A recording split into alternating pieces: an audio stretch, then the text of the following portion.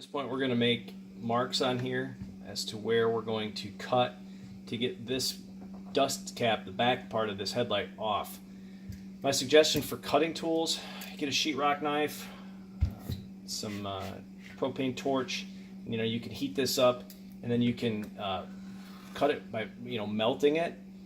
Don't use a Dremel or something that's going to create a lot of dust, because if that dust gets inside, inevitably it's going to end up on the back side of the front of the lens on the front of the headlight, and then you're going to have to open the headlight up and clean that out.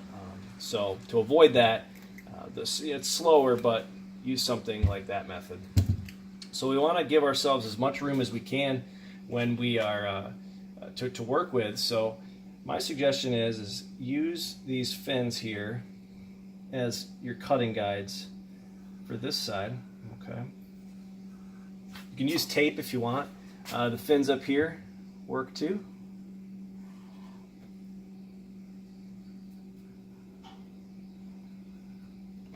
Now we got this coming out here creates a little bit of an issue for us, so we're just going to kind of create a little line and then meet back up down here. Okay. Again, you can tape this if you want to be more, a little bit more precise. Go down through here, the bottom.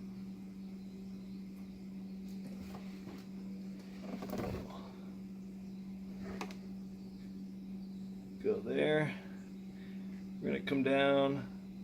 Tape would be good for here, make a straighter line. Right there. A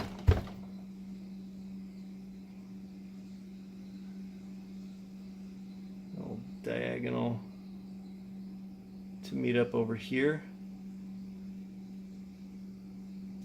Now, here's a suggestion to help make this fit back together a little bit nicer. If you go ahead and you put a little rectangular key in there, okay, and then you're going to cut along this line, come out and heat around this way. When you fit this back together, it'll slide in nicely, and it'll help you to line that back up, and it'll add a little bit of a structural support. And you can do the same thing over here.